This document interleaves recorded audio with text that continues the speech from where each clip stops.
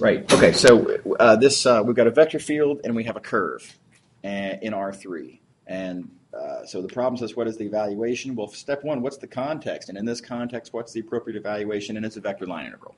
Right. So what the problem is asking you to do is to compute the vector line integral over this straight line path, which wasn't given a name. Let me just call it C for curve. And we've got a vector field dot dx. That's what we're going to try to calculate.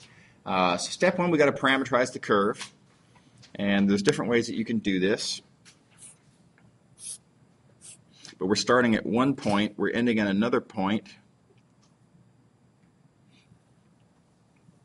And I claim that we can view that as part of this line. And we know how to parameterize lines. We just need to find a parallel vector. The difference vector will be a fine parallel vector. And then start at whichever one of these points you want. I think it's convenient to start at the one that you subtract from the other to get the parallel vector. So in particular, let's see. Let's call V equal to 536 minus 321, which of course is 215. And for our x naught, let's pick, again, the one we subtracted. That's the 321 here. And so I can parameterize by x equals x naught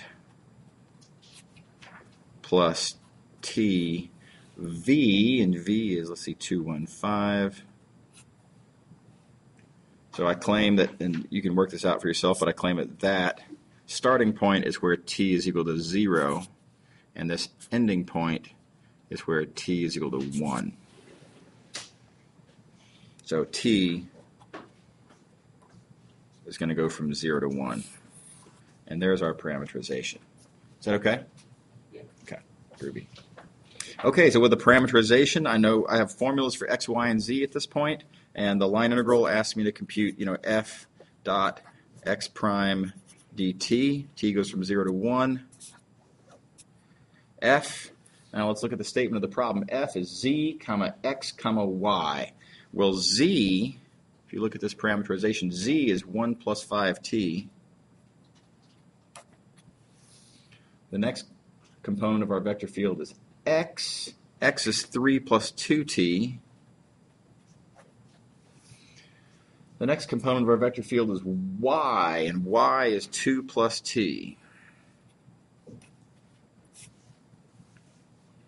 Now dot x prime, well, x prime is easy to calculate. It's 215 dt. This is now a single variable. You do the dot product, single variable integral, and yeah. Okay.